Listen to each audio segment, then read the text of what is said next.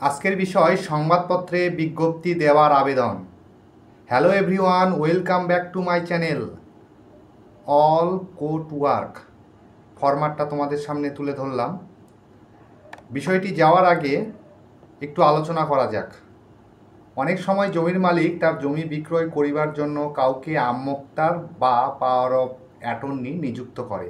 কেউ যদি সেই আমোক্তারের কাছ থেকে জমি কেনে, তা হইলে সেই জমি নিজের নামে রেকর্ড করতে গেলে সংবাদপত্রে বিজ্ঞপ্তি দিতে হয়। আজকের বিষয় সংবাদপত্রে বিজ্ঞপ্তি দিতে গেলে কিভাবে লিখতে হয় সেটা নিয়ে আলোচনা করব। তো চলো বিস্তারিত আলোচনা করা যাক কিভাবে আমরা লিখব।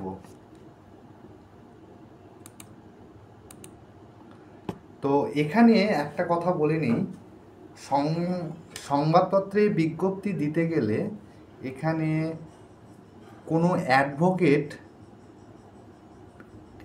এর প্যাডে এই কথাটা লিখতে হয় এবং সেখানে সেই অ্যাডভোকেট বা উকিলবাবু সেখানে সই করে দেয়। তো লেখার প্রসেসটা কি সেটা আমি তোমাদেরকে একটু বলবো। তো এখানে উকিলবাবু বলবে, আমার মক্কেল যে ক্রেতা তার নাম লিখতে হবে, পিতা এবং পুরো ঠিকানাটা লিখতে হবে, এর স্থায়ী বাসিন্দা। ইনি বলতে যে বিক্রি করেছে,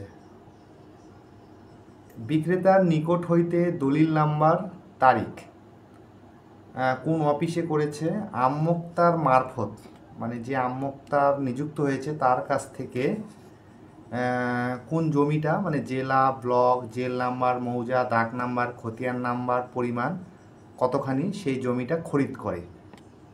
এটা হলো প্রথম স্তবকে থাকে।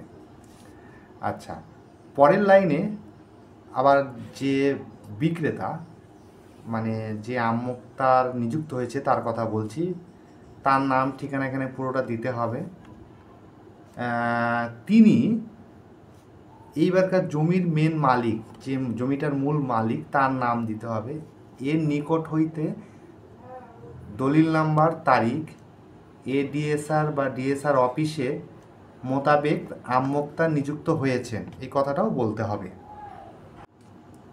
এবার ক্রেতা অর্থাৎ যে বর্তমানে এখন জমিটা কিনেছে, খরিদা জমি তার রেকর্ড করার জন্য তার যে লোকাল যেখানকার জমি সেই লোকাল বিএলআরওতে রেকর্ডের জন্য আবেদন করিয়েছেন। আবেদন করলে একটা মিউটেশন কেস নাম্বার পড়ে, সেই কেস নাম্বারটা লিখতে হবে, তারিখ কত। উক্ত আমোক্তার নামা বা মিউটেশনের বিষয়ে কাহারও কোনো আপত্তি থাকিলে এই বিজ্ঞপ্তি প্রকাশের 30 দিনের মধ্যে উক্ত ওই বিএলআরও অফিসে লিখিত আকারে পেশ করিবেন, অন্যথায় আইন মোতাবেক মিউটেশনের আবেদনটি নিষ্পৃত করা হইবে।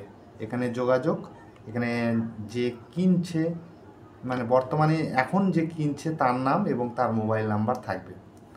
তো বিষয়টা পরিষ্কার বোঝানোর চেষ্টা করলাম, আশা করি তোমরা বুঝতে পেরেছো। বিষয়টি ভালো লাগলে অবশ্যই চ্যানেলটাকে সাবস্ক্রাইব করে দিও এবং পাশে বেল ঘন্টাটি বাজিয়ে দিও।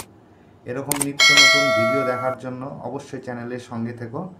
দেখা হচ্ছে নতুন কোনো ভিডিওতে। নমস্কার।